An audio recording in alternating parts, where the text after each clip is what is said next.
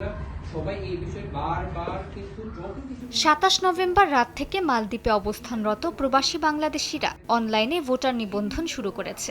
দীর্ঘদিনের দাবি পূরণের আনন্দ থাকলেও কারিগরি জটিলতা, ধীর গতি, এনআইডি সমস্যা এবং প্রযুক্তি জ্ঞানের অভাবে অনেকেই সমস্যায় পড়ছেন। এই পরিস্থিতি সমাধানের জন্য হাইকমিশন মতবিনিময় সভা আয়োজন করেছে। নিবন্ধিত হওয়ার বিষয়ে আলাপ আলোচনা হয়েছে।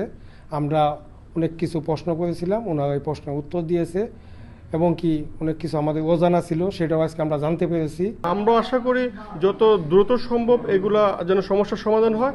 এইগুলো সমস্যার সমাধান হলেই আমরা প্রবাসীরা রেজিস্ট্রেশনটা করতে পারবো। আমরাও চেষ্টা করব বাংলাদেশি যারা প্রবাসী আছে মালদ্বীপে অবস্থানরত তারা এই নিবন্ধন অতি তাড়াতাড়ি সম্পন্ন করার। সভায় ভোটার নিবন্ধন প্রক্রিয়া ও পোস্টাল ভোটের বিস্তারিত তুলে ধরা হয়। প্রবাসীরা তাদের সমস্যার কথা জানান। যেই সকল পরামর্শ আমরা তাদের থেকে পেয়েছি সেটিকে আমরা গ্রহণ করেছি। আমরা এই পরামর্শগুলি আমরা নির্বাচন কমিশনে আমরা জানাবো, যাতে করে এই সমস্যাগুলি আমরা সমাধান করতে পারি। সভায় প্রবাসীদের অনলাইনে নিবন্ধন ও পোস্টাল ভোটিং এর বিষয়ে সচেতনতা বাড়াতে মালদ্বীপের বাংলাদেশ মিশন সব ধরনের সহযোগিতা দিতে প্রস্তুত বলেও জানান হাইকমিশনার।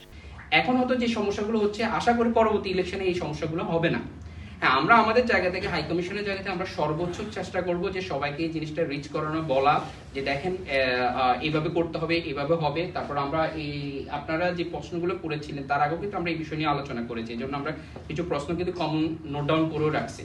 মালদ্বীপে প্রায় লাখের অধিক প্রবাসী বাংলাদেশের বসবাস। আর এই প্রবাসীরা যেন তাদের ভোটাধিকার প্রয়োগ করতে পারেন সেই বিষয়ে আরও সচেতনতা বাড়াতে বাংলাদেশ কমিউনিটি নেতৃবৃন্দকেও এগিয়ে আসার আহ্বান জানায় হাইকমিশন।